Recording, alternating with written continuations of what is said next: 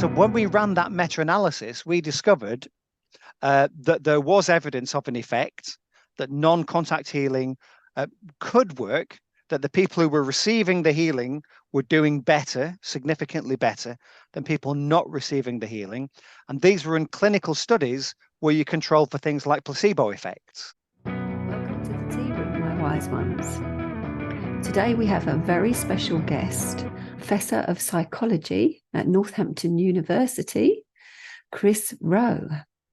Professor Chris Rowe, thank you so much for joining me. Not at all. Lovely to meet you, Lucinda. Thank you. So, the most important question, do you drink tea? I do, yes. What's your favourite tea? Oh, no, I'm kind of just builder's tea. So, a strong cup of builders. Well, terribly, as someone from Lancashire, my preference is Yorkshire tea. Oh, dear, dear, dear. That's quite an admission. That is indeed, you're setting the cat amongst the pigeons there. Yes. So thank you for sending me the information that you did. So that was really interesting, the kind of things that you've been researching, and also about the university and what they do. And I also saw I think it was fairly recent, within a couple of years, your interview with Jeffrey Mishlove from New Thinking Aloud. That was very interesting. And so I just wondered if you can kind of set the tone a bit. So what you told, what you said on the Mishlove interview was that your interest started at age 14. That's right, yeah. Yes. So what was it? What brought you to that? I think it's the usual stuff that adolescent boys get interested in. So it's all sorts of weird and wonderful things. So you hear these stories about Bigfoot or Yeti or UFO encounters. All that kind of stuff is extremely mysterious and fascinating for teenage boys, I think, or just pre-teen boys mainly. But oddly, I think the odd thing for me was I started to read magazines about it. In the UK, there was a magazine called The Unexplained that covers exactly that kind of stuff. Yes. Absolutely. But strangely, I found myself really dissatisfied with the articles because they just kind of went, oh, something really mysterious happens and we've no idea what's going on. And that instead, I was looking for at least the beginnings of answers, maybe not answers, but at least a sense that we had an idea of what questions to ask and how we might find out the next thing. And that was sadly missing from a lot of those investigations. Equally haunting investigations in the field didn't really seem to go beyond capturing some kind of thrilling phenomenon without any real sense of understanding it. And there were some otherwise quite dull articles about experiments in laboratories in universities. But in the end, I discovered that they were more satisfying to me because at the end of their experiment, they discovered something. You know, that they were able to make a declaration that there seems to be this kind of a pattern, or these people do better than these other people, or people do better in this situation than that situation. And they kind of implied that we had a way to kind of creep towards some kind of understanding of what on earth was going on. And very naively, first generation university goer in the family thought, great, well, that's what I'll do then. I'll just go to university, I'll get a PhD, I'll get tenure somewhere, and I'll just spend my life doing parapsychology. Wow. That was quite some ambition, wasn't it? Well, I think it was only because it was naive. If we had a grounding in knowing, you know, how competitive universities are and difficulty in getting funding and stuff, I might never have started. It was absolutely through ignorance, thinking, well, how hard can that be? That I managed to get through all those kind of stages. Yeah, but to know at such an early age that is what you wanted your career to be. And I'm not sure how old you are, but I reckon we're of a similar kind of generation. And back in the day, things weren't talked about so openly, of course, as they are now. So kind of following on from that observation, how has the field changed, do you think, in your career? What have you noticed? Well, I think in many ways it hasn't changed. I think, you know, one of my big kind of concerns is that there does seem to be a great taboo about talking about what we call the paranormal. And so just to clarify what we mean by paranormal, for example, because it kind of suggests that it's in some way supernatural. And people like Brian Cox are very keen on saying, well, of course, there's nothing that's supernatural. Everything that happens is natural. Yes. But paranormal actually refers to the norms of society. So what in a particular culture is agreed as being legitimate and what is illegitimate. And currently in the West, in technological civilizations, it is taboo still to talk seriously about subjects like this. It's fine for them to feature in Hollywood movies. It's great if you want to have some kind of a ghost story in a novel, but to take the claim seriously that people have paranormal experiences is still completely taboo. And the Mm. people having those experiences know that as well. They very quickly learn to kind of test the water a little bit with people. So, for example, a common situation that we research is people going through bereavement Yeah. who have an after death communication. So, they have some kind of experience that they interpret as being the deceased person coming back to communicate with them, to let them know that they're still living in some form, that they're happy and contented, no matter what their troubles were at the end of life. They're now behind them and they're kind of more settled, that the bond of love between them and the living person continues on after death. Those are the kind of messages that people receive, and they're incredibly supportive and they mean a great deal to the people who have them. But very quickly, they learn that if they disclose them to the wrong people, at best, they'll be ridiculed as being in some way foolish or credulous for thinking that this stuff might possibly be real, or worse, that they'll be pathologized. That this is an indication that they're not dealing very well with bereavement, that this is dysfunctional in some way. And none of that seems to be true. When you look at the actual evidence, none of that is true, but it's a conspiracy that we all buy into. And so we all end up being siloed, that we don't talk about these things to one another very much. Mm. That is still true in academic circles. It's really difficult to stick your head above the parapet and have these claims treated seriously. And it's a real struggle for the new generations of academics and researchers to come through. We're helped in some ways, particularly in the UK, because there's a great interest in qualitative research. And Mm-hmm. that's very much about the lived experience and subjective meaning. And so we can, what would you say, capitalize on the idea that things that are psychologically real have tangible consequences for people, for their well-being. And that can be a way for people to say, well, okay, you can do your work. We're not accepting that ontologically something is really going on, that the dead person is truly coming back in some form.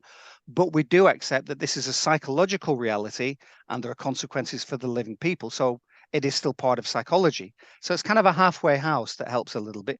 But on the whole, there's still a taboo. And among the kind of the intelligent lay community as well, there is a sense of kind of superiority, really, that these things are kind of for the kind of unwashed masses, for the less educated. And there's a great tradition in psychology in looking at the causes and consequences of paranormal belief that is very much grounded in the idea that they arise out of some kind of deficit, either an emotional or a cognitive deficit.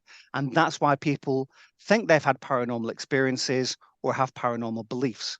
And that, again, is problematic to me because the evidence doesn't really support that. Now, Yeah. our one kind of shining hope is this really, it's the media. Mm. That we've got a proliferation of forms of media now that means that it's much more difficult to control access to information. If you want to find out about telepathy, you don't have to go to Wikipedia, which is monitored very closely by a particular group that we might talk about later. So it doesn't give a fair or representative view of what's going on.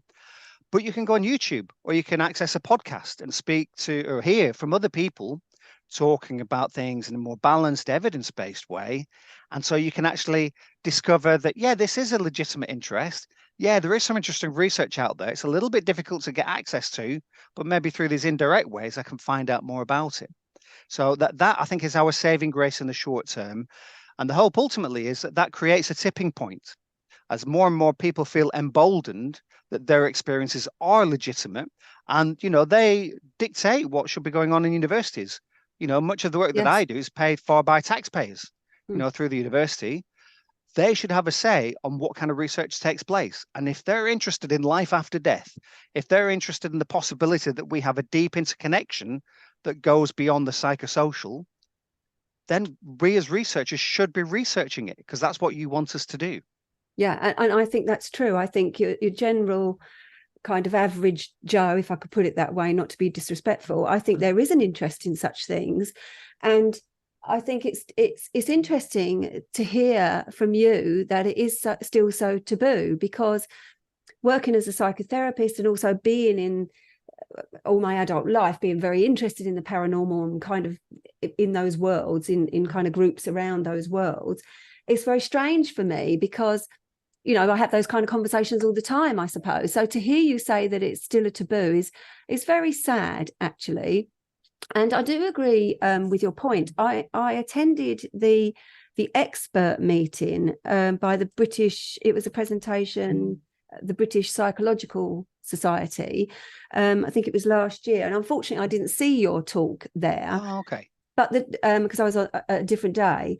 But the day that I did attend was very interesting. I was very hopeful because of all these things were being discussed. But I have to say, I felt like the subtext was still coming from a position of there's something wrong. There's something wrong here, rather than this is people's lived experience, as you say. Yeah. And what can we make of that, and what can we learn from that? So it was positive and negative in different ways to attend Absolutely. That conference. So, and I think where your interests and my interests kind of overlap is exactly that. It's one of my specialisms, if you like, is working with people in these extraordinary or non-ordinary experiences that they have. So can you say a little bit more about, particularly, I think, your study of mediumship and after-death communication and the link to mental health? You've touched on it already, but couldn't you just say a little bit more about your view on that? Yeah, so the expert meeting that you went to, the theme of that was clinical parapsychology, which is a kind of an odd marriage, really. It's people who are trained in clinical psychology, psychotherapy, and counseling, but who are also aware of the literature, the experimental work, and so on, the research on parapsychology, the phenomena, and the experiences, and are able to bring that information to bear in their clinical practice. So that's really quite unusual. And as you said at the beginning, so that sense of there still being some kind of concern about pathologizing or recognizing these as maybe symptoms of some kind of underlying condition, in a way that's completely understandable, because that's a reflection of the kind of training people are currently getting. And at least within that community of experts, there is a reaction against that, a dissatisfaction that this doesn't do justice to the people who are coming to see me, and that the experiences they're presenting to me, that they want some help in understanding. And some of the research we've done at Northampton has been to actually work with clients who have been in therapy to find out how that experience has been for them, but also to speak with the therapists themselves about how it is for them when somebody presents a paranormal experience as part of their therapy. From the client's perspective, that reflects that general sense, because of how friends and family even might react to them in the real world. They know to dip the toe in the water. So as part of a therapeutic session, even though that the intention is to create a safe space within which anything can be discussed without judgment, there is still that sense, well, I'll introduce this in a very gentle way. I'll gauge the reaction from the therapist before I decide how to develop it. Yeah. And so they might mention something that's in the news. So recently they might mention that kind of UFO review that's in the States, for example, just to get a sense, so it's apropos nothing in particular, but it's just to gauge the therapist's reaction. Is this somebody who's kind of open to this stuff? And if they're open to it and we can have a sensible conversation about that, then maybe I'll feel a little bit more confident in the next session to say, oh, but by the way, I think I saw a UFO one time, for example, that kind of a situation. Unfortunately, very often, they get a reaction from the therapist that they interpret as being shut down, that their experience is being bracketed off. It's being treated, for example, as symbolic, not as a literal event that's happened to them. It's a manifestation of the kind of difficulties, the ADC situation again, the after-death communication. They're really struggling with the loss of this loved one. And the way that's manifested itself is in terms of this hallucination of that person, and that's how it would be treated in therapy. And of course, that's really annoying and frustrating to the client because that's not at all what they meant. And that's not what they want to do when they share that experience. They want to understand, well, what the hell happened to me? What was that about? And when we see the flip side, why are therapists doing that? It's because they feel completely out of their depth, because this isn't the kind of experience that features in their training. So they don't know how to deal with it. But one of their mantras is beware of endorsing delusional belief systems. Yes. Yes. And that's what they're concerned about, because they have no knowledge that actually these kinds of experiences, in a fairly vast literature, are not at all associated with underlying pathologies. There is no direct connection between the two. So there isn't a danger in saying to somebody, say you had a telepathic event you experienced when a relative of yours was in a car accident and you want to talk about that. I don't think there's much of a downside in the therapist saying, yeah, let's explore that. What do you think it means? What does it say about the nature of your relationship with this family member? What does it say about you as a spiritual person, as a spiritual being, having an embodied experience? Let's play with that. Some of that is a little bit easier. I think in the 21st century, we have now a climate where people accept that there are differences in people's cultural backgrounds and belief systems, and they have to be accommodated when we try and support people with their health issues, and that includes psychological health. And that also maybe gives us a little bit of a crack in the window that we can kind of wedge open a bit more in terms of saying, well, these are spiritual beliefs. You need to accept them as beliefs per se, without necessarily saying, because I accept that you're a spiritualist, I necessarily am endorsing survival of bodily death. Yeah. No, those two things are completely separate. And we can have a sensible conversation about your spiritualist beliefs and about your sitting with a medium, say, and having a communication from that medium without in any way there being a worry that I'm sending you on a kind of downward spiral in terms of your mental health. Or colluding with some pathology. Yeah. Yeah, absolutely. Yeah. Now, of course, some people truly do have pathologies. There are organic bases to some experiences that people might have. And sometimes people weave into those some kind of paranormal kind of, what would you call it, kind of iconography, if you like. Yeah. So they will, if you're paranoid, for example, you will talk about maybe other people trying to control your behavior through telepathy. So you use kind of cultural motifs to make sense of your experience, and it kind of maybe draws on things from parapsychology. Or you might talk about how you have embodied feelings that are not your own, and you think, again, that's some kind of psychic influence. But just because you use those labels and because they are in some cases associated with psychosis, doesn't necessarily mean that every time anybody mentions those things, it is necessarily a reflection of psychosis.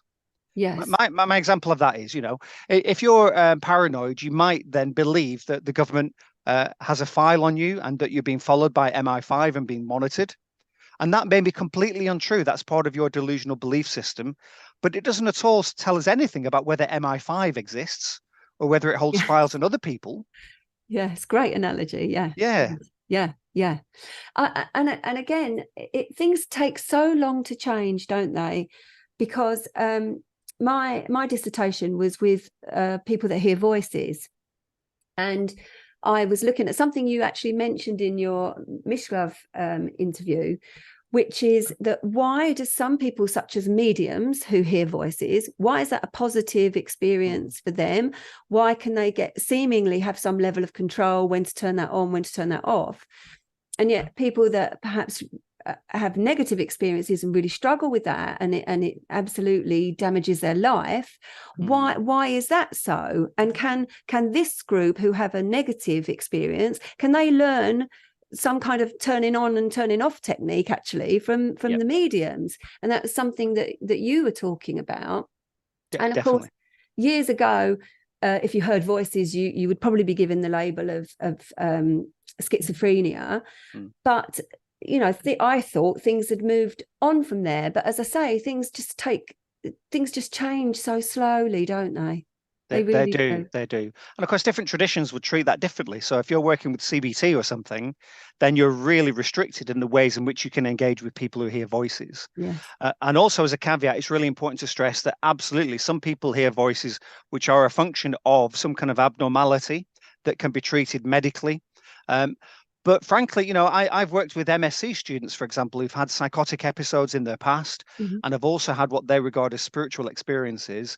And the feel of them tangibly, they're like chalk and cheese. Yes. They're not at all like one another, and they would never confuse one for the other. Most obviously, where people hear voices which are maladaptive, they're very often giving an ongoing critical commentary about you and about the people you're with. They're trying to encourage you to do things that fundamentally are wrong or that you don't want to do. They're antisocial. So there's a very clear kind of sense of shift with those voices, the kind of voices we're talking about are almost overwhelmingly benign.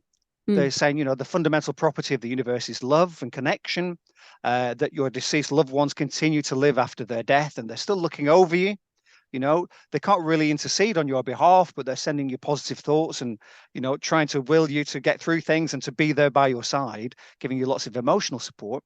Those are not the kind of things that we hear from somebody who has paranoia, Yes. or has schizophrenia. They don't talk in those terms, and it's coherent and it's consistent over time as well in ways that we don't expect. But nevertheless, we came into that project very much with the sense that, if somebody who is a neophyte medium, so just starting out, and very often mediums start out with the sense that they have spontaneous experiences, and when they identify as a medium, they suddenly have access to ways of working with those spontaneous experiences. But the starting point is absolutely, they see things that people around them can't see. They hear things others don't hear. They have those embodied experiences that they don't identify as themselves, that something other is making that heart race faster or giving you that pain in your stomach as an indicator of this deceased person's way of passing. All of that stuff happens. But if you talk about those things to a GP or, God forbid, to a psychiatrist, then straight away we're getting out the diagnostic and statistical manual, and we're ticking all the boxes there, and you'll be on medication very quickly. So that was really interesting to us to find out more about the nature of those experiences and their impacts on well-being. And we were quite surprised to discover that our mediums are psychologically more well than not only other spiritualists, so people who share the same belief system, so they've got that in common, but other people who don't have the experiences. The people having the experiences are more psychologically well, less psychologically distressed, which is odd because spontaneous experiences can in themselves be distressing, at least initially. So that's number one. They were also psychologically more well than the average person. When we looked at norms for other groups in society, they presented as really well. Why is that? Well, we went on to interview the mediums, and there are two strands to this. So one is very much mediums see themselves as being in service to communities. So they have a clear life purpose, and they often get feedback from people about the benefits that they receive. So if somebody is going through a really difficult time and they get a message from a medium who says, your Auntie Nellie's here, she's looking over you, she knows things are really difficult just now, things are going to get better soon, but she's with you, she's right next to you through these really difficult times, never feel that you're on your own. And that can be really comforting for people. And so, and by virtue of that, the medium themselves feels like they're doing something of value. Yeah. They are valued in that community anyway. They're seen as sensitive or gifted, and they're elevated. They're on a platform, so they're higher up than other people when they're giving the demonstration. So all of that fits. So that's one strand. Very much socio-culturally, they're seen as being worthwhile and doing something that's important. The other strand that you kind of hinted at is mediumship gives them access to psychological resources that help them control their experiences. Rather than being spontaneous and intrusive, they can have some degree of control over them. And interestingly, I see this as slightly back to front, because very typically mediums talk about how they might have an opening up to spirit kind of set of rituals or routines. They might pray, they might have particular music, they might meditate, they might light a candle or have some other practices. And it's through that then open up to spirit before they have a sitting with somebody or before they give a demonstration to a community. For me, I'm thinking, well, if you have to give permission to open up to spirit, then that implies that you're not open to spirit at other times. So the act of having some kind of a ritual helps you to close off psychologically at other times to make it harder for things to get through. And, the example I also give then is it opens up the possibility of negotiation. So, if you're just in the checkout at Tesco's and you hear this voice coming through, you might turn around and say, well, you can see where I am. Don't be ridiculous. I can't talk to you now. Tell you what, tonight, after I've had my tea, I'll open up to spirit. If you come through after 6 o'clock, I'll talk to you then.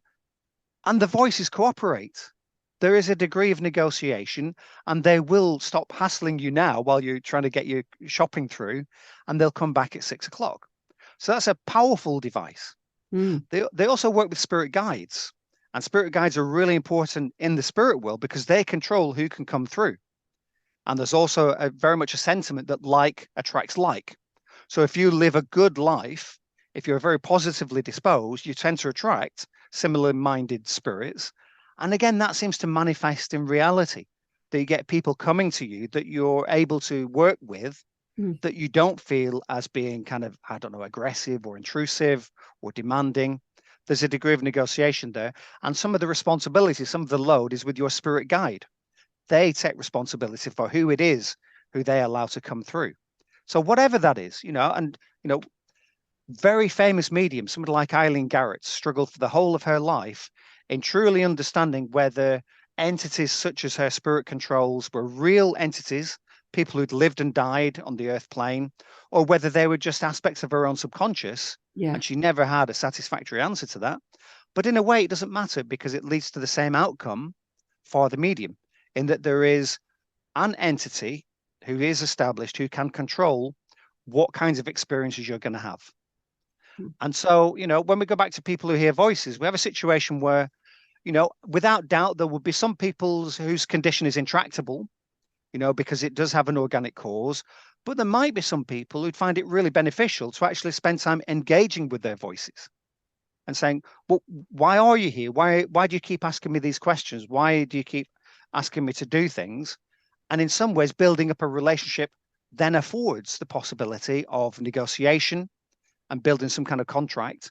So the voices don't go away, but they only come at certain times and not other times. So it means that your life is more manageable when you're in traffic or something, you're not constantly being distracted. Yeah.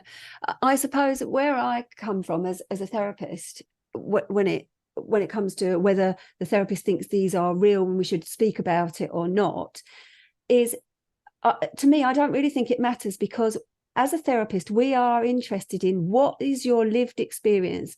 And really, that's beyond diagnosis. So I could have 5 people with the label schizophrenia. Okay, there's some common factors there, of course, but that doesn't really tell me about your lived experience and what you personally struggle with yourself. So, and it doesn't matter if I say to you, if you say you can see a little green man in the chair next to me, and I can't see it, that's of no help to you, because in your reality, whatever that is, you are seeing that little green man.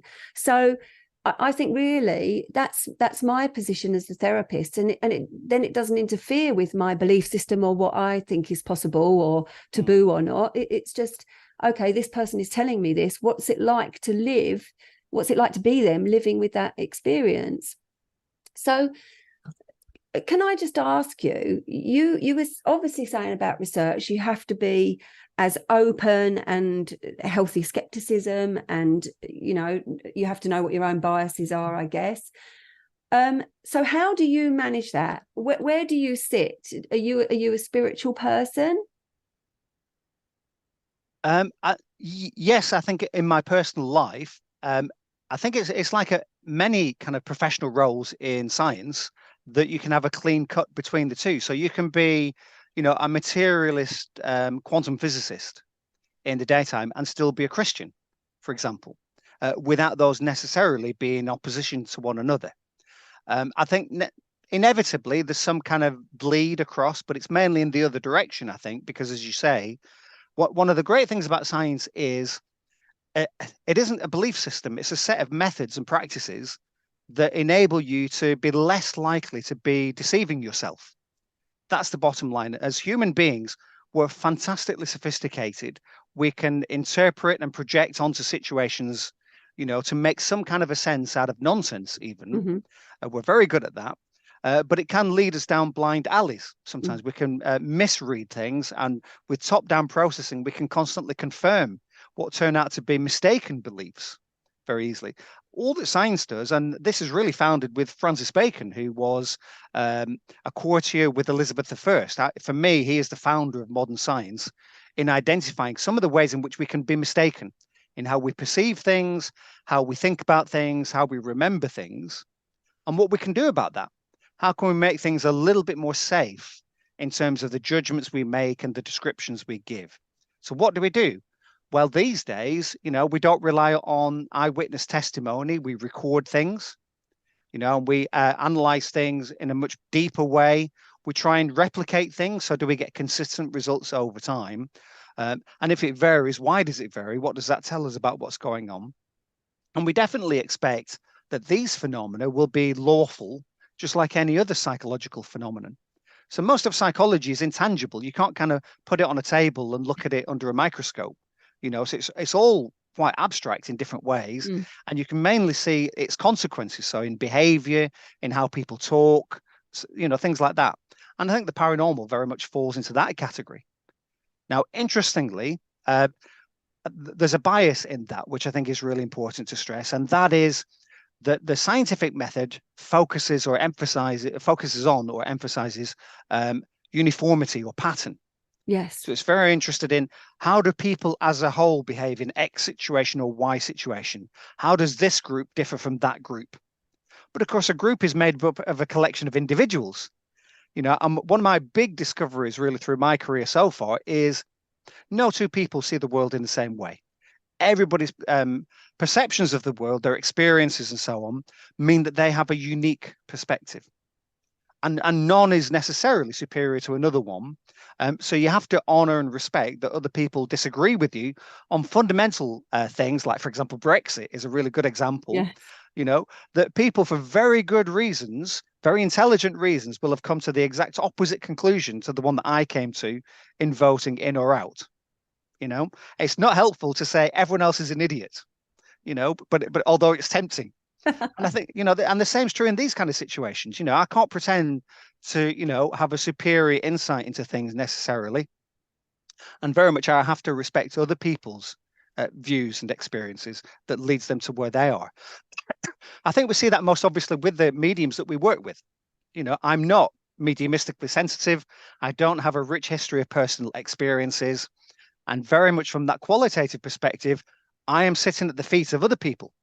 Yeah. These people are the experts because it's their experience and they have the insider perspective on those experiences that I could never have.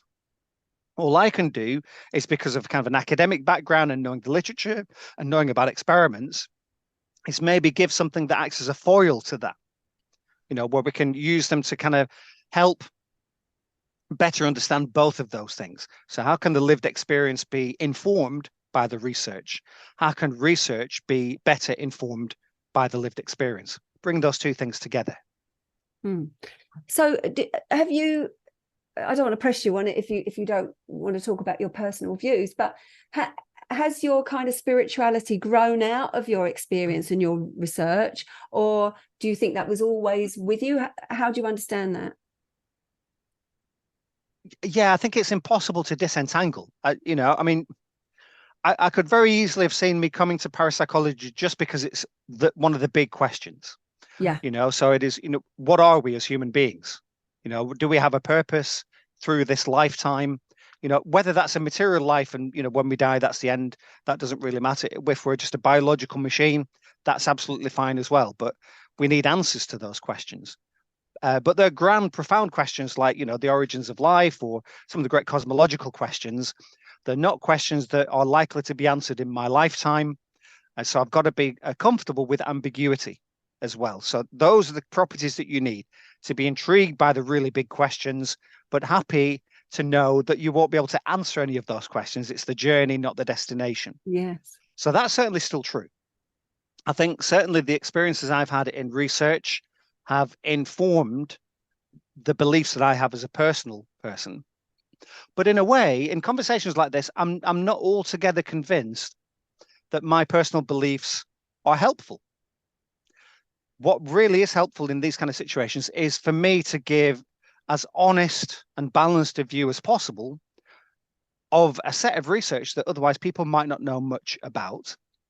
I often say to people, for example, my job became a lot easier when I realized I don't have to persuade anybody of anything. Mm-hmm.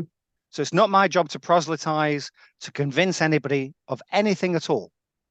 All I need to do is honestly say, this is the kind of stuff that we've done in laboratories, in surveys, and interviews in the field. This is what happened, and this is what we think it means.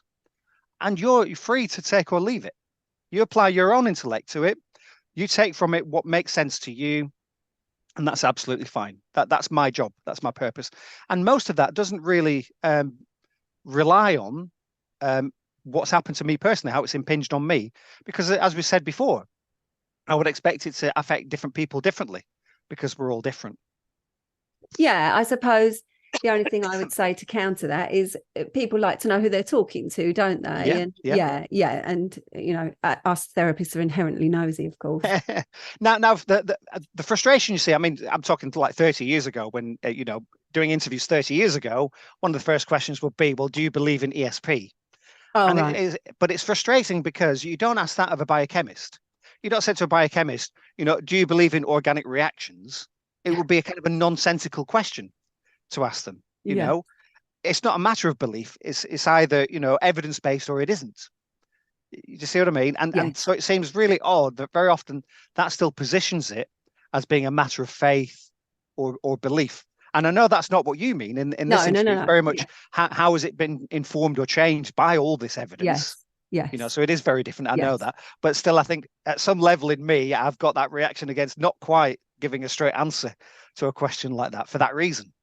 And I don't blame you, because using your analogy, it kind of implies that therefore your research is not as valid, because it depends where you position yourself, and then we'll kind of decide about your work. And what you're saying is my personal life and views is not necessarily relevant to my work, and I think that's absolutely fair enough.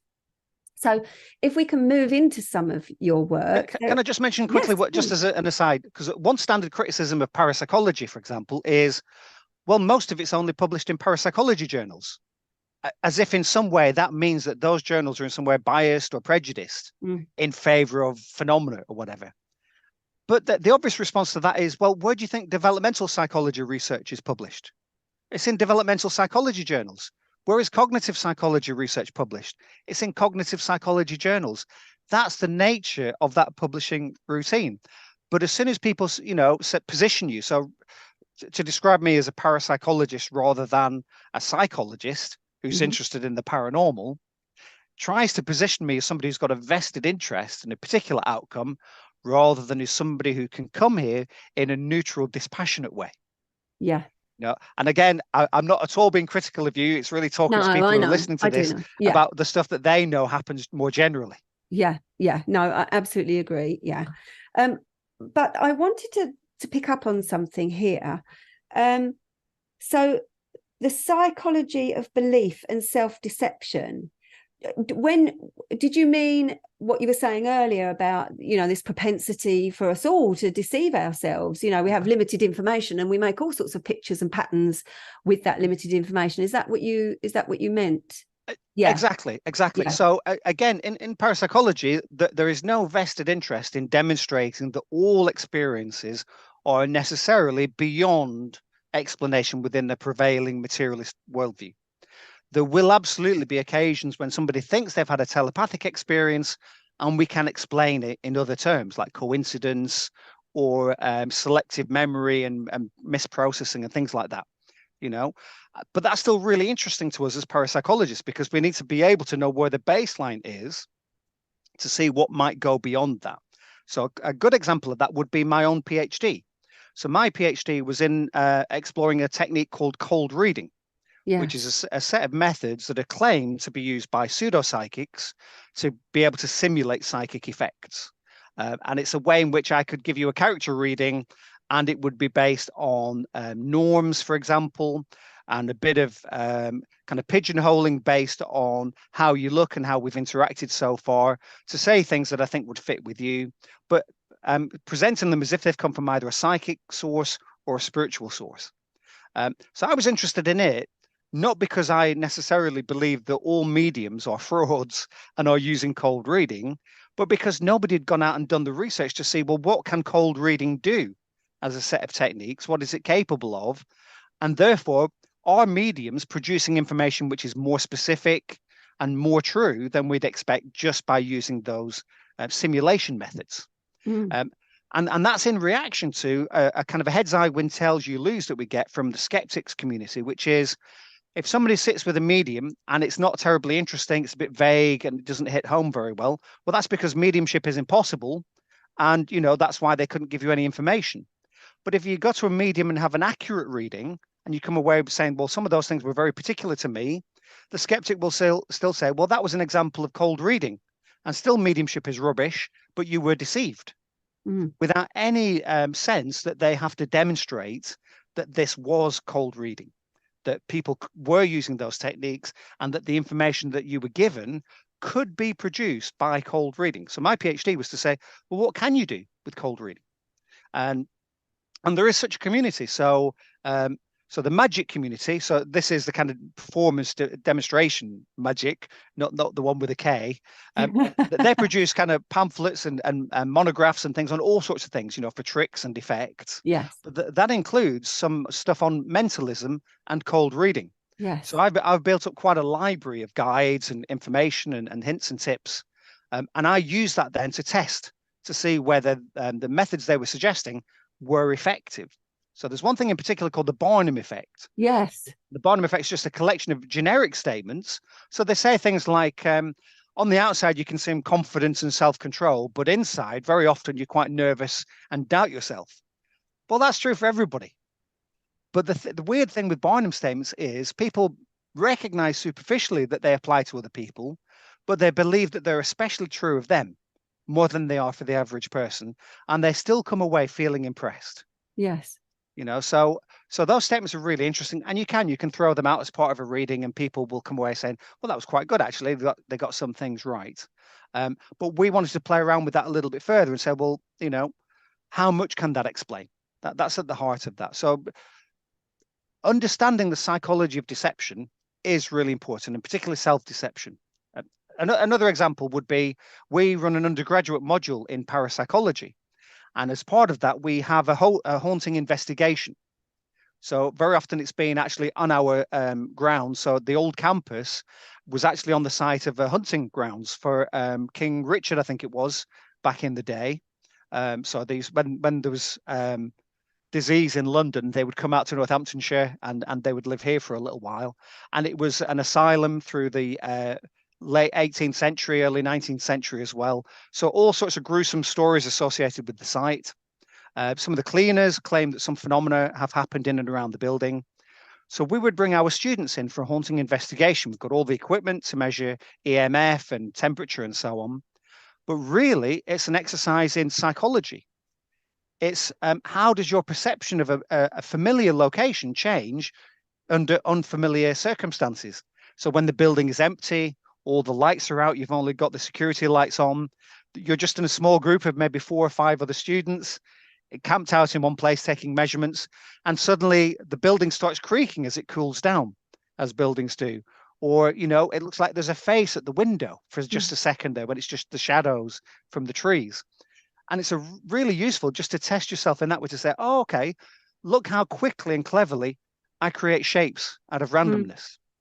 That I literally saw a face there, or that sound was more ominous. And I know the next day that I hear similar sounds during the daytime and don't think twice about them.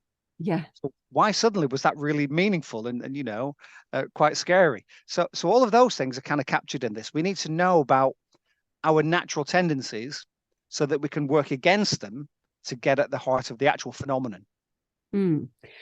Yeah. And I think, I know myself, if I'm here down in my studio, if I'm turning the lights off late at night, sometimes I can feel that weird, spooky feeling for absolutely no reason whatsoever. It's just, I've just turned the lights out, so we all know what that's like. You also did a study about narcissism and whether this is relevant. Tell me a little bit about that. How did that come about? Well, I think I've got a general interest in paranormal belief. And I think one thing that I've been keen to demonstrate is that a lot of the research on paranormal belief isn't really looking at paranormal belief. The kind of measures people use are very wide ranging. So they have items that ask about the luckiness of the number 13, or whether you'll have bad luck if you break a mirror, or they'll ask if you believe that there's life on other planets, and things like that. So it's an incredibly wide-ranging measure that has very little to do with the paranormal as we understand it in parapsychology. We can talk about that in a minute, maybe. Yeah.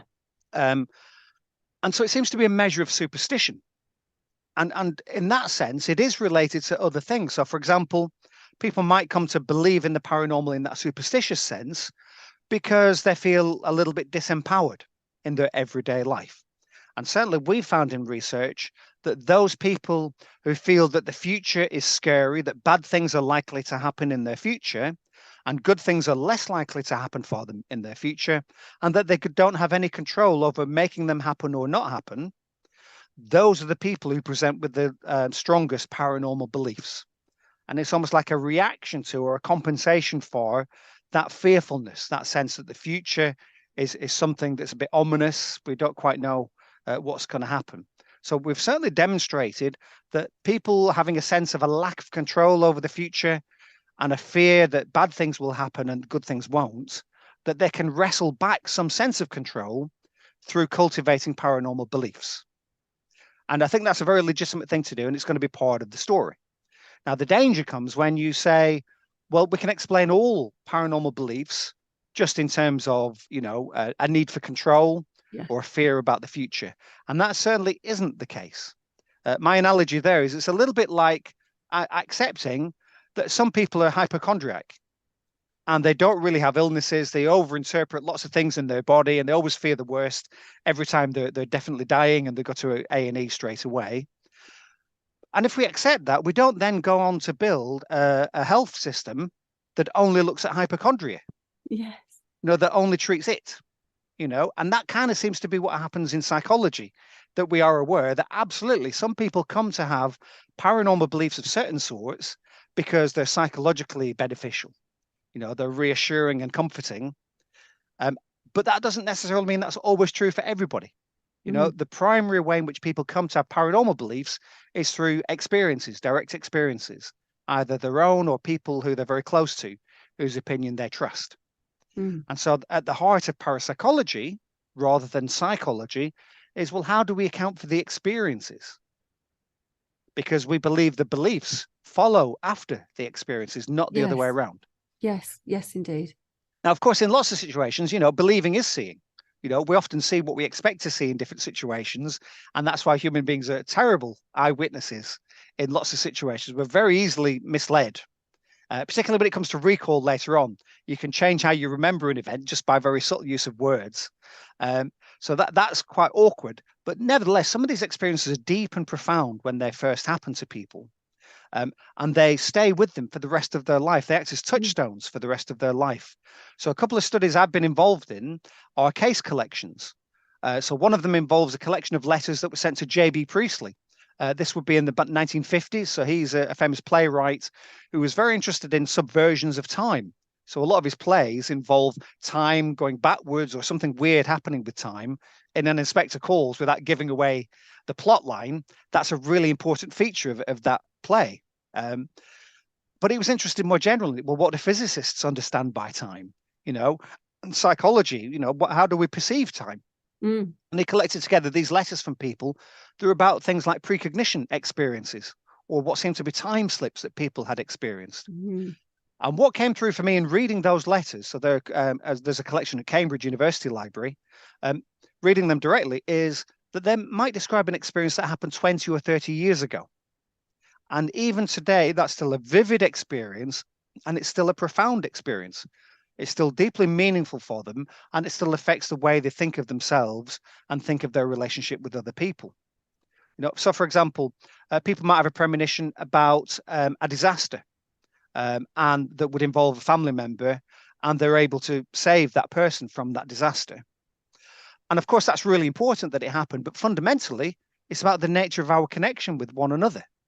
And for them, that reinforced the sense that we have a spiritual bond, as well as being genetically related or, being part of the same clan or something.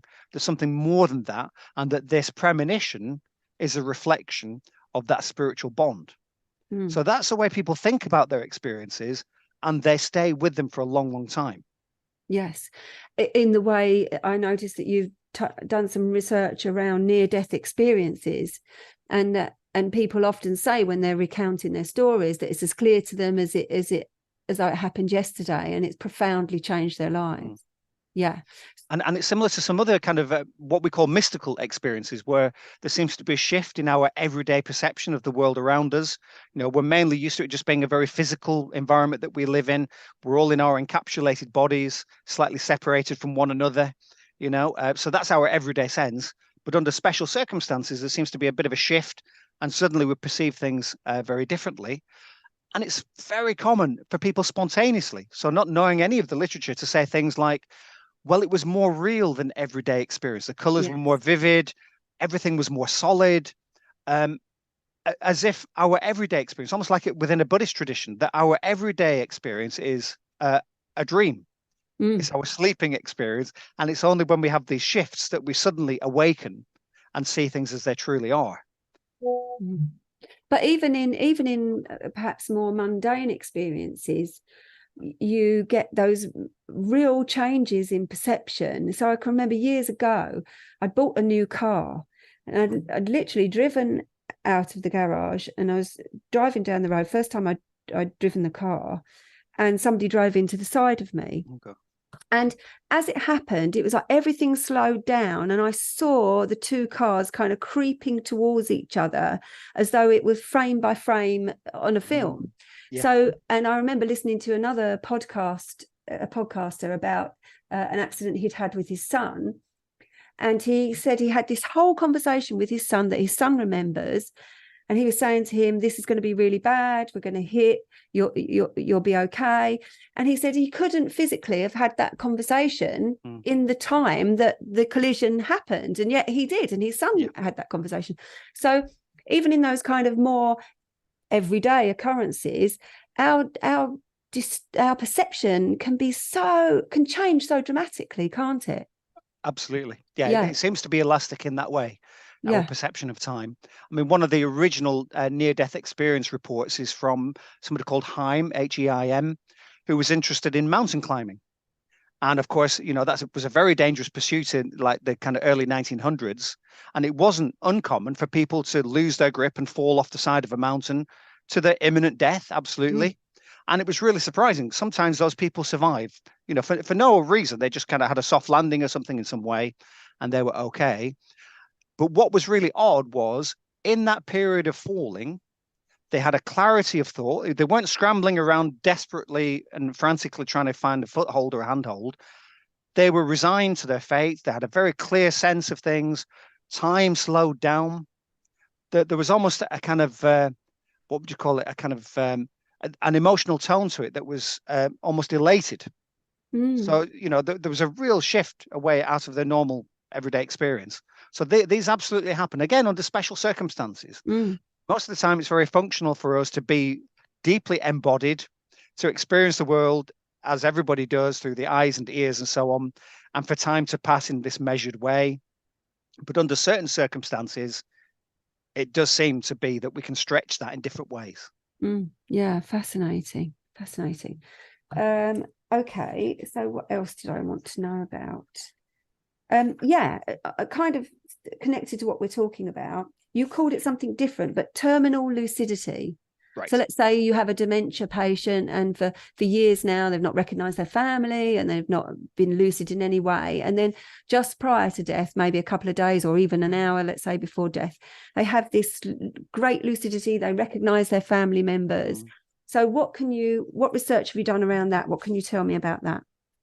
At the moment, it's at a very early stage. It's very much documenting the fact of such an experience, because as you can imagine, in some circumstances, that should be an impossible experience. So, for example, many of the dementias, they are the result of an organic damage that's building up over time. So it's an irreversible loss of function. So those memories that we lose through dementia are no longer available. They can't be recovered. And nevertheless, we have this class of cases where people suddenly seem to become lucid later on and seem to be back to their normal everyday self. Now, there are two things we want to do with this. So one is we want to educate people that this is a possibility, because it can be quite distressing for people because it gets misunderstood. So say you've got a terminal condition, you've been given a terminal diagnosis, and in the latter stages of this, it leads to you being in biological and cognitive decline. So you're very much locked in, you're not really responsive to your environment, you're not feeding yourself or looking after yourself. And then suddenly you perk up and you start to recognize family members who are sitting around the table. You ask for something to eat, you want to watch your favorite TV program things like that. They seem really odd, but they absolutely suggest to the layperson that there's been some miracle, that you're going to recover. But in actual fact, the vast majority of people pass away within 48 hours of a lucid episode. Mm. So they very much seem to be around, affording people the opportunity to say their goodbyes to people, to resolve things. So, for example, what's going to happen to your stuff, to reinforce. Again, it's a bit like an ADC in some ways, but pre-mortem, where you can say things like, of course, we've fallen out in the past. We're maybe not on very good terms at the minute. But the only important thing is that I love you, that I've always been connected deeply with you, and I'm invested in, your life. I want you to be happy and well, those kind of things. And it just gives an opportunity for those things to be shared before you do ultimately pass away. And some of the shocking ones, we just have a paper coming out very soon in the Journal of Nervous and Mental Disease that describes 3 cases involving children. And one of these is a child who's only 2 years old. So they're from a pediatric oncology ward. So these are children, unfortunately, struggling with cancers, some of whom get better, but sadly some don't. And occasionally in those cases, the children have a terminal lucidity episode. And so we have an instance of a 2-year-old who's comforting her own parents, at a time when a 2-year-old doesn't really have much of a concept of what it is to die, and the finality of that, or the impact that a death might have on adults, on parents. And yet we have an extremely mature interaction that's going on here, where the child is saying, don't worry about me, I'll be fine, and I want you to be okay too. The most profound. That is fascinating. Absolutely. Because as you say, I know obviously a little bit about child development, and they a normal 2-year-old doesn't at all have a concept of death in the way that you and I might understand that. So that is phenomenal. Yeah. So one, as I say, one of the things is we need to talk to the lay public, that as this might be something that happens to you, and also that on the decline to death, lots of other anomalous things might happen that are unexpected because nobody tells you about them. There might be anomalous light phenomena, for example, or the dying person might suddenly talk about deceased relatives and seem to be talking to people who you can't see, who are not there. So there's all sorts of things that might happen that, I think an informed and supportive palliative care worker might share with you, but probably, a clinical consultant wouldn't ever mention. So it's really important to get that kind of support. But then the other audience that we have to talk to are those people who just simply dismiss out of hand these as anecdotes, that we don't understand the circumstances properly, and there's no such thing as terminal lucidity. And for that group of people, the important thing is to collect a sizable body of cases where we also have information about, for example, the health condition, any kind of comorbidity features. So what are the complications of the condition for that person? What medication are they on? How might that medication have changed recently? So all the standard explanatory models we might have. So this person became lucid because we changed the treatment that they were on, and it was beneficial, but only for a short period of time. Those kind of things, we need to be able to map that in much more detail, and then share that map with medical professionals so that they are persuaded that this may be a real phenomenon, and they would then start to notice it.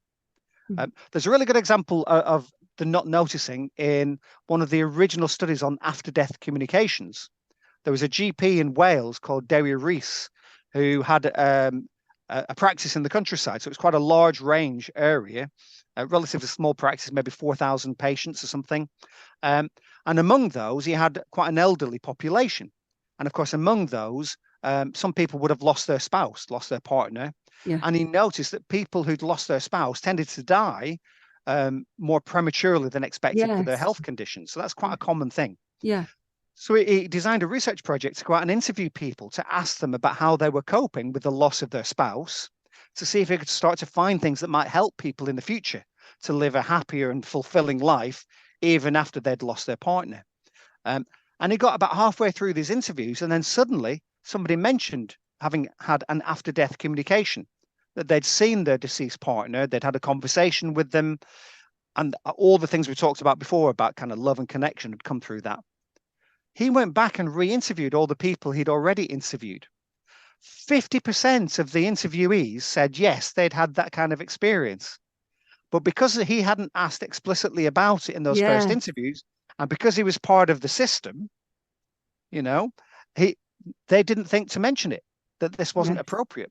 And again, it's part of that ultimate taboo. With terminal lucidity, it's going to be the same thing. It's going to be that people don't talk about it because nobody else is talking about it.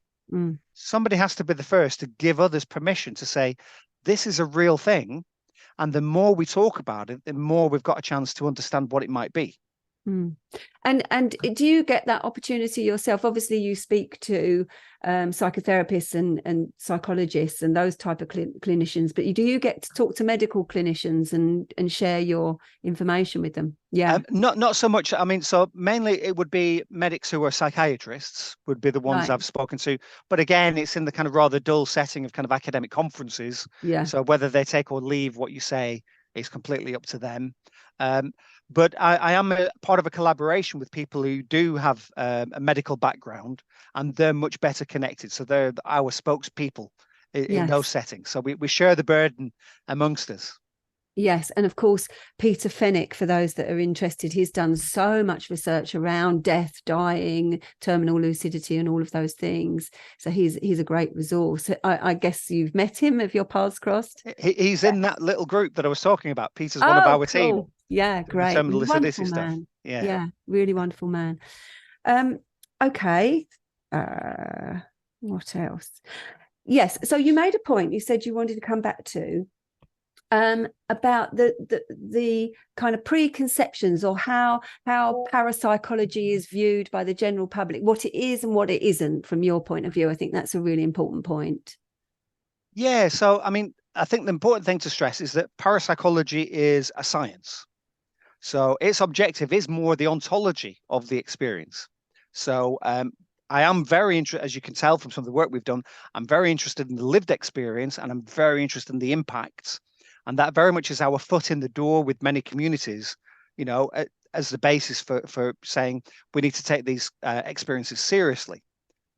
But equally, in that sense of, you know, how do we know that we're not fooling ourselves? It's really important to do formal, controlled experimental work on some of these claims as well. So the most obvious example that I've spent a lot of time doing, obviously you can't really do NDE research that's experimental. You know, only in Hollywood can you get away with those kinds of experiments. Yeah. So instead, what we do, for example, we're very interested in premonitions, we're very interested in telepathy. And so there are lots of ways in which we can do experiments that see whether people can access information that's not available to the normal senses. They can't see or hear anything, and there's no way to infer what that information might be. And we're able to build up a documented set of research outcomes that show that, yes, indeed, under these conditions, people are able to do better than chance expectation. So I'll give you an example. So one standard approach we've taken is to look at dream ESP. Yes. And so the idea is, and it's a very common spontaneous experience that people will be at home, they'll have a dream, and they think that it relates to some future event. Now, crucially, because the standard skeptical explanation is, well, what are there, 60 million people in the UK? So that's 60 million people sleeping and dreaming each night. There should be a 60 million to one coincidence between somebody's dream and something that later happens to them. That's all fine, okay. Except when people talk about premonitory dreams, they very typically say, this seemed different from my common or garden Yeah. dreams. Yeah. You know, it felt more meaningful. And it's not uncommon for people to feel compelled to act. So there's some really interesting examples of people who had a dream about a car crash, for example, or an airplane crash. And they've got in touch with authorities to say, you know, this is embarrassing. I feel really foolish phoning you up, but I have to. This is what I dreamt about, and I think this is going to happen. And of course, they're not really able to help. And the thing happens. They see confirmation of it on TV or something. So there's a very clear sense that these are not your common or garden dreams that people have, but they relate to a future event. And that, again, reflects that kind of stretchiness of time, that our consciousness is able to acquire information that doesn't yet exist, it seems.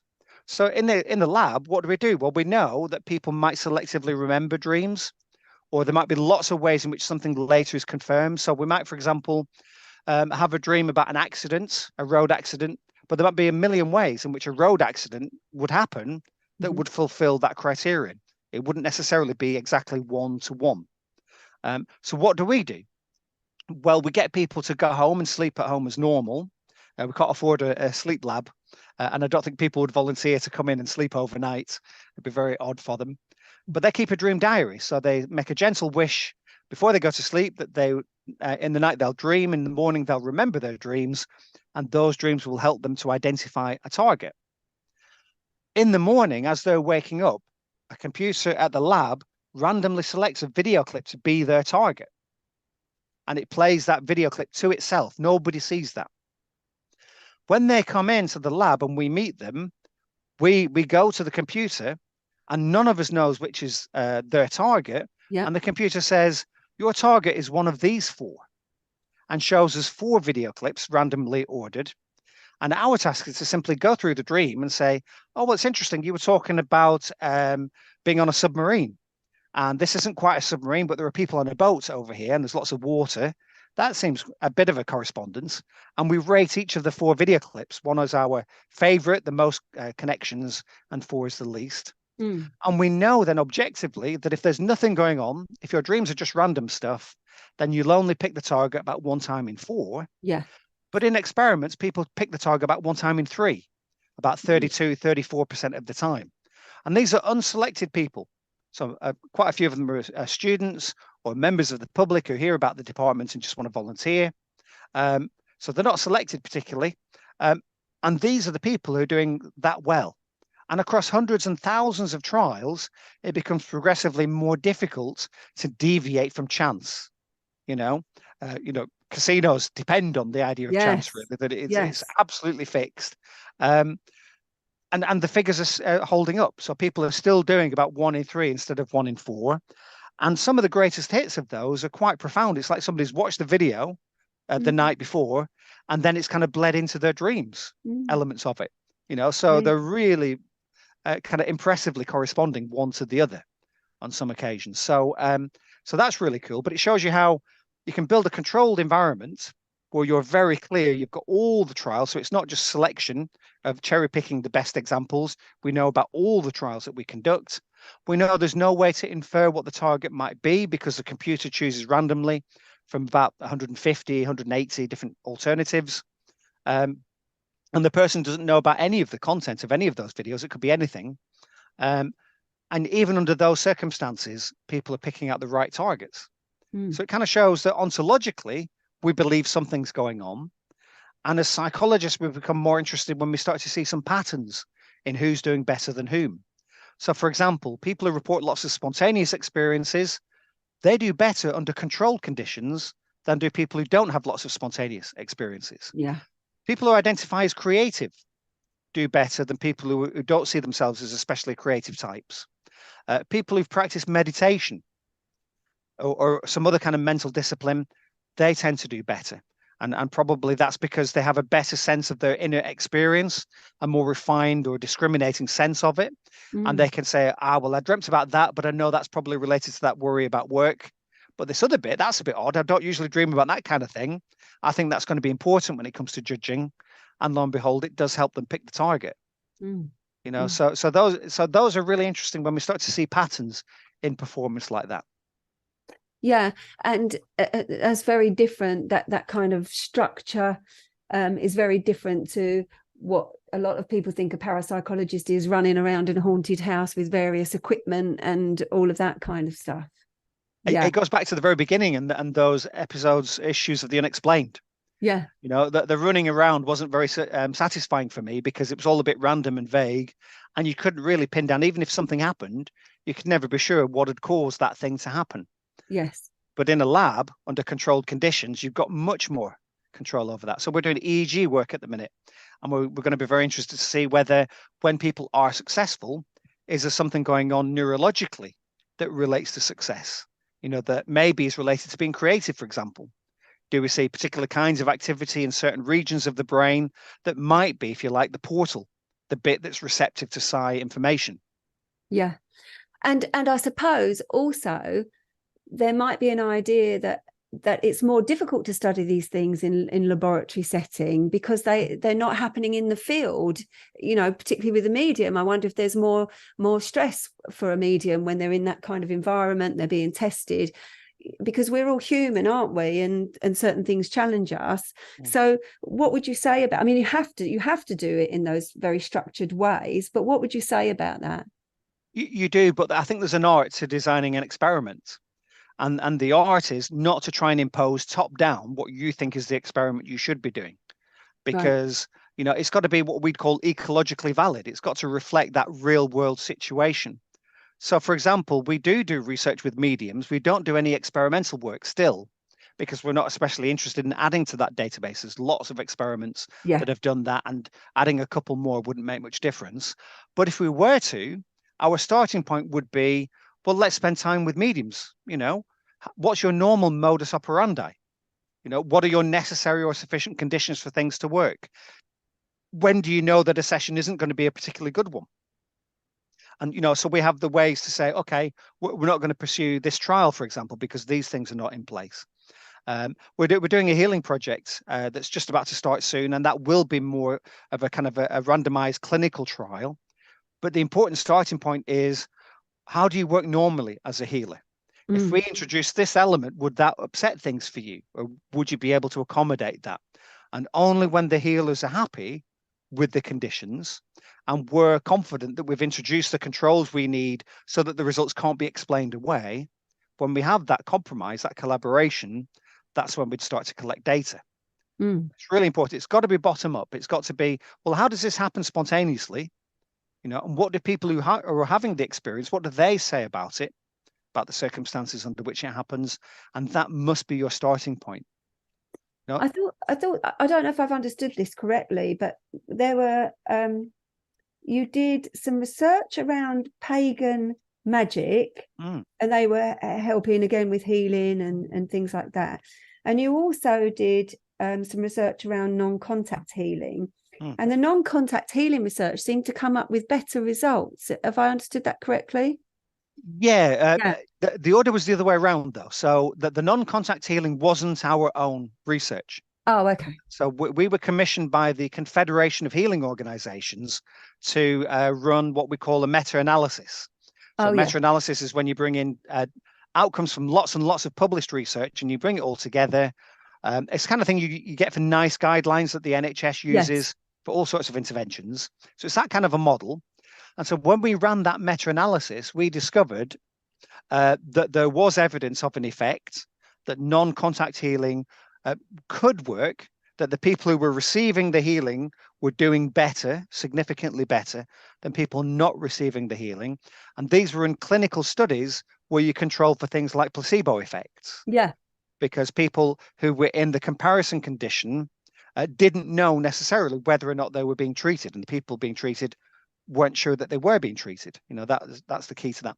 So that was our starting point, to demonstrate that there was an effect. But the researcher that I worked with is herself a pagan.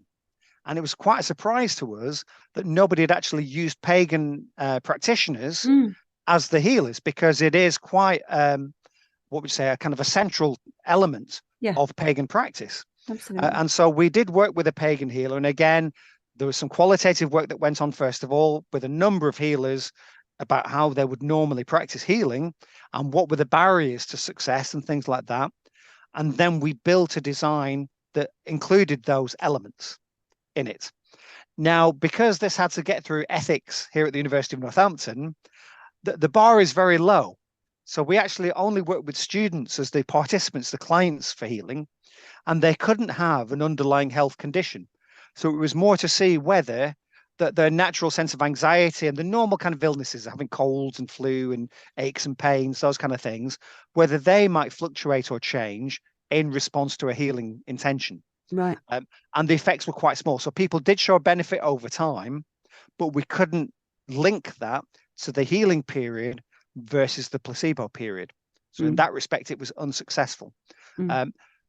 Who knows what might happen if we have a more acute situation where we're working with people who have genuine health conditions, where there might be much more variation possible in terms of how they respond to healing. Yes. That could be the future. But I think it was important as a proof of principle to show that it is possible to work in partnership with pagan healers, to respect their traditions, but still have something which is a bona fide clinical trial. Yes. And you're obviously interested in what you see as the facts, the outcome of your research. Do you concern yourself with extrapolation to meaning for yourself? You do, yeah. Yeah, I think you have to. I mean, I'm not a theorist, and I think we don't have enough data to have any kind of deep things to say. But then again, I'm quite skeptical of psychology as a whole. I don't think psychology as a whole has any uh, kind of umbrella theories that explain human behavior or our inner world, out the nature of consciousness, for example. Mm. I think what we have instead are models that can explain very narrowly focused aspects of behavior, for example, cognition, decision making. And I think parapsychology has some working examples of models that are quite successful. So, for example, we see a natural arc from spontaneous experience through the lab that altered states of consciousness seem to be psych-inducive.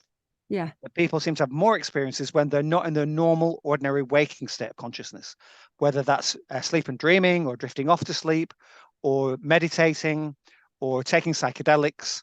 There's a bunch of situations in which people seem to have that shift that we talked about before, that where things seem a little bit out of kilter, and suddenly they become aware of things that they're not normally aware of. So I think that's really interesting. And so there's a model within psychology from Aldous Huxley called the reducing valve model, which is a way of exploring what might be going on with shifts of consciousness, and the way in which we're dominated by visual information and things. So the things that seem to be quite promising, but it's not really a theory as people understand it. People are used to like physics having a theory. Yeah. So we don't have anything that remotely compares to something like relativity or quantum mechanics or even Newton's laws. We don't have things that kind of predict in lots of different situations, but in a more narrow way, I think we have models that seem to be quite productive. And just staying with mediums for a minute, when you were with Jeffrey Mishlove, there's the famous skull experience, isn't there? The skull medium group. But I think that you were a bit skeptical because you felt that perhaps the settings were quite woolly in some ways. Yeah. Yes. So what we find, so I spent a long time, probably about the last 14 years or so, working quite closely with the medium community, particularly the Spiritualist National Union.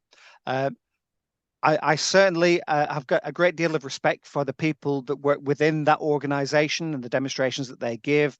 I think there's a variation in how successful they are in giving information to people. I have no evidence whatever to suggest to me that this is a community that's built on, sharing information and blah, blah, blah, and using pseudopsychic techniques. Some of the mental mediumship demonstrations have been, I think, really interesting. So quite specific information that people have accepted as true. I've seen some physical mediumship demonstrations that have not been very impressive to me, but it's a very narrow sample that I have. Based on those, I wouldn't be confident about doing research in that area. So I think that's problematic. And there is a very famous instance, the Scole case. So Scole is a village in Norfolk that was a center for a circle, so a group who met regularly for physical mediumship. One of the challenges for the medium community is that it takes a long time for a circle to get to an elevated state where they can generate physical phenomena. It very typically takes years of very intense work together. This group achieved that, and so they produced a variety of phenomena that a number of researchers, some people that I respect very deeply. David Fontana. Exactly, David Fontana. Who else? Montague Keane. And there's another guy who's Arthur Ellison, were some of the key researchers who attended those. And they're extremely astute people. But I was very disappointed with the conditions under which those settings took place.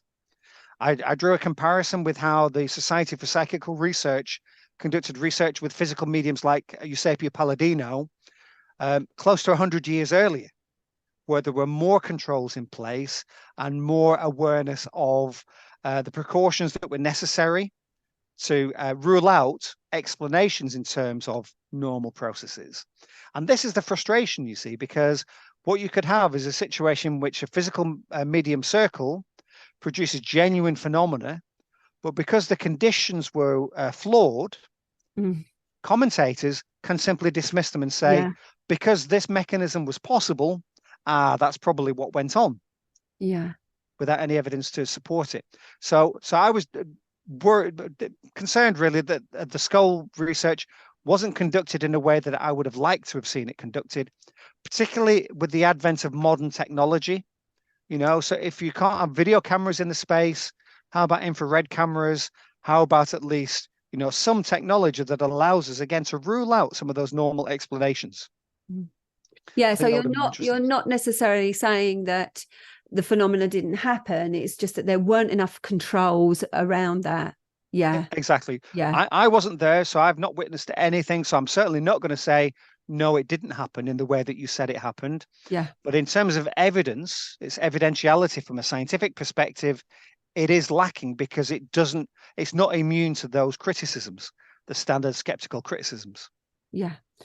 And one last thing I wanted to ask you, in some cultures, people believe that a lot of the kind of phenomena that we've been talking about is due to spirits or spirit possession. And I noticed there's not really a lot in your research around that, or exorcism or possession or anything around that. So I wanted to ask you what you thought of that. It's not something we've explored because I don't think it's a kind of prevailing aspect in the United Kingdom.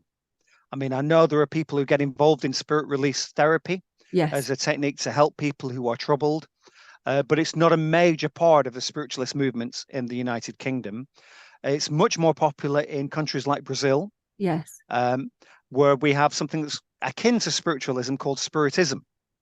And for example, there are mental health facilities where alongside psychiatrists and clinical psychologists, you will have mediums that will be part of a clinical review for a particular patient or an inpatient.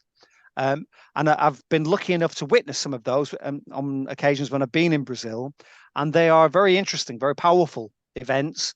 And those mediums are taken very seriously in terms of the information they supposedly provide from the spirit entity who was attached to a person.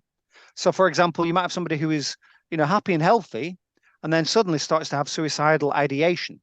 And the narrative here is that what has happened is that somebody has committed suicide in that country, and because they were troubled when their life ended, they've remained trapped somehow on the earth plane, and they've been attracted to or drawn to this individual. And through that attachment, there is a bleeding of the kind of mentality. And so then the individual starts to identify thoughts that aren't actually their own, actually come from the entity, that talk about ending their life, because the entity in some way doesn't know that they've actually passed away, that they're no longer alive. So that's the kind of model within which they work. And my understanding is that their treatments are about as effective as traditional kind of biochemical treatments and talking therapies. What that's down to, it's a holistic kind of treatment. You can't pull out one element or another that is effective. But nevertheless, I think it's interesting that they are quite effective, or as effective as other methods. Are there trends in parapsychology like there are in all things? For instance, if we go back to mediums, certainly in the First World War, the mediums were more manifesting physical things, weren't they? Physical mediums. So do you see trends in things like that? Absolutely, yeah. So I think in mediumship per se, I think there has been a movement away from physical mediumship.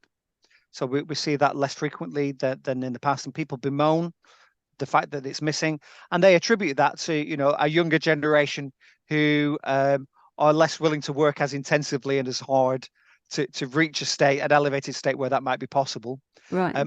Within parapsychology, we're a very small community. And of course, things become particularly interesting or exciting. There's a researcher called Daryl Bem, who's done some really interesting experiments that are computer-based that seem to show evidence for precognition. They're quite cool little experiments. I'll give you an example of one. What he does is he takes a standard psychology method and he reverses the order of the elements so that it then becomes a precognition task. So in mainstream psychology, a standard memory task that we would use with undergraduates for training would be to say, okay, here's a set of words we're going to present you with. We're going to flash them on screen, and your task is to remember as many of them as possible. And later on, you'll have to recall as many as you can. And there might be a lot of words. There might be, say, 48 words or 50 words. So you start really well, and very quickly it becomes overwhelming, and you really struggle. But then you maybe give people a chance to practice with some of the words on a semantic level. So, for example, you give them some of the words and say, okay, well, which of these words are occupations? And so you put together the words that refer to occupations. Which of these are foodstuffs? Which of these are items of clothing? Whatever it might be. But you have to understand the meaning of the word, not just the fact of the word, in order to achieve that task. Then if you have a distractor task and then ask people to remember as many words as they can, the ones that they've practiced with, they remember better. Yeah. Surprise, surprise. So there's nothing unsurprising about that. But in Daryl Bem's experiment, he reverses the order. So he has people presented with the words one after another, 48 of them on screen. It's too much, overwhelming. A distractor task, and then the recall task. So now type in as many of the words as you can remember.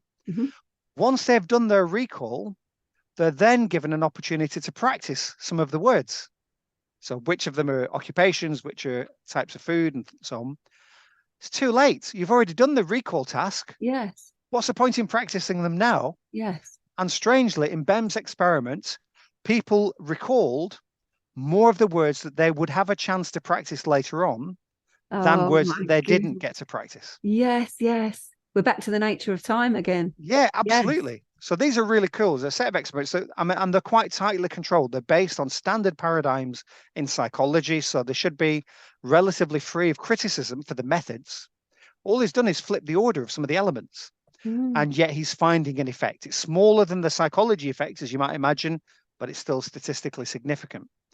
And so when that came out, that was very exciting. And in a small community, of course, lots of people think, well, that's going to be the next thing that I do then.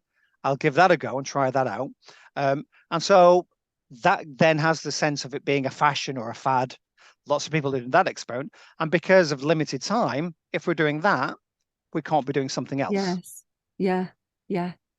Okay, so I can't let you go without coming back to your cryptic little comment at the opening of this session about Wikipedia.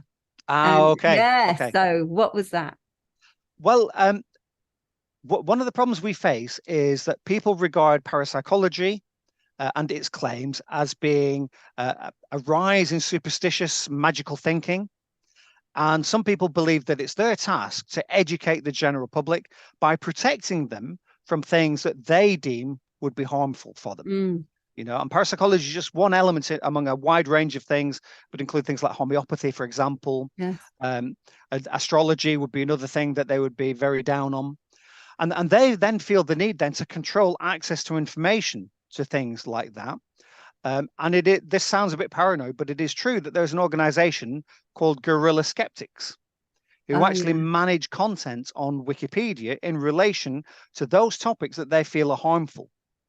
And it does mean, because Wikipedia is an encyclopedia whose content is provided by the general public and is edited by them and changed by them, by the general public, it means that they can control its content. So if I went on and said, there's this really cool new experiment and it's found statistical evidence for ESP, that would be removed because they don't want the message to be that ESP might be possible under scientific conditions. And I say this from personal experience, having been to a number of skeptics conferences as a kind of a sheep in wolf's clothing. And, you know, people know I'm there and I've given talks at those events.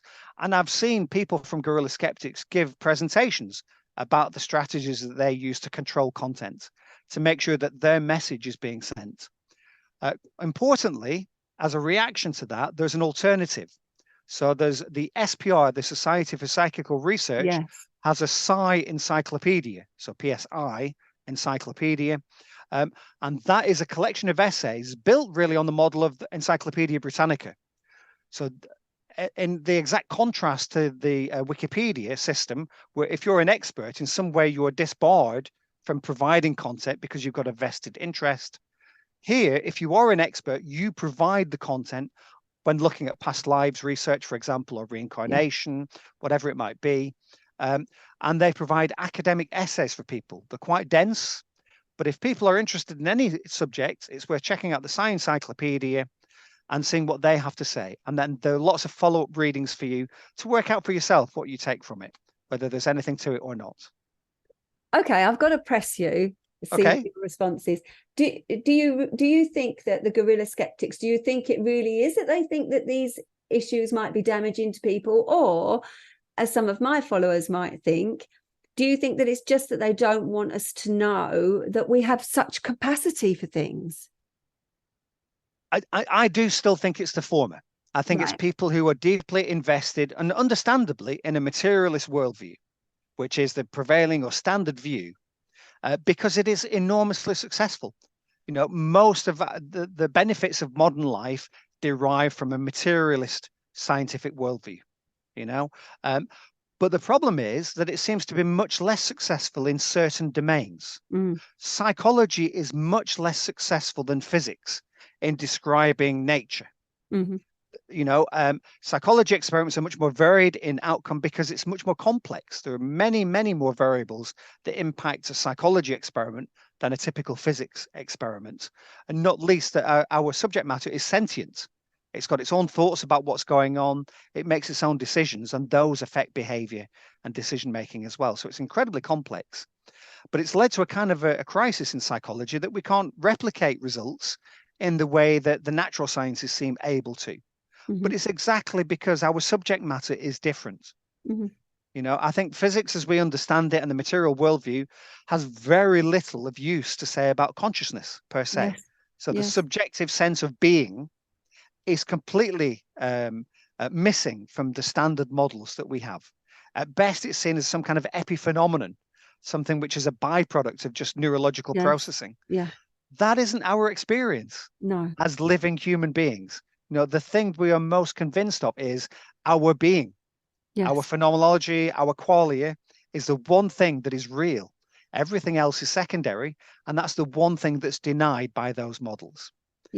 So there's a bit of a blind spot. So I do honestly think that Wikipedia and guerrilla skeptics is very much driven by the idea this is the truth, and our job is to direct people to the truth, materialist worldview, because it will ultimately explain everything.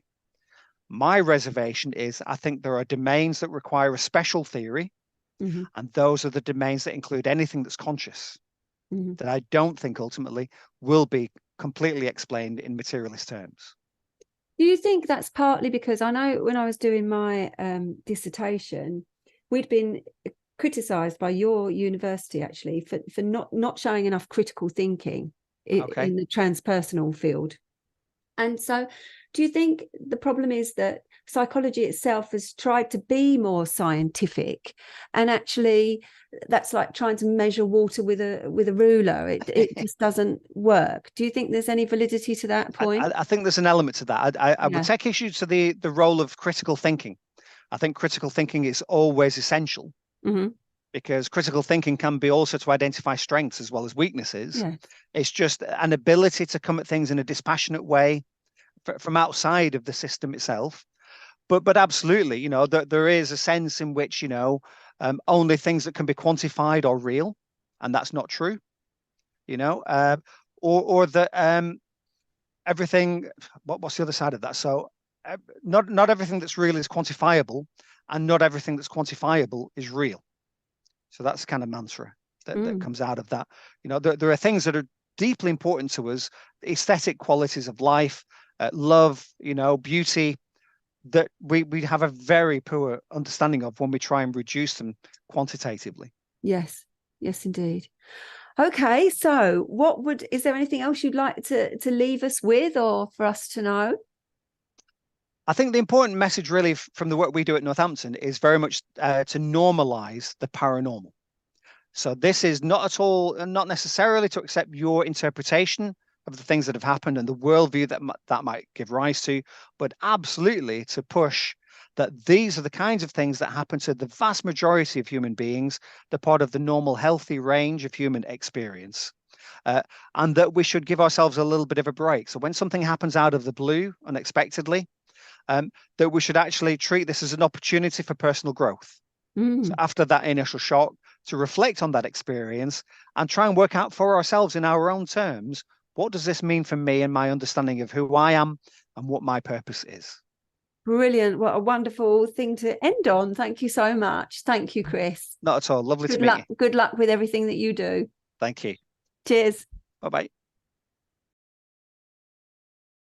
Well, that's it for today, my wise ones.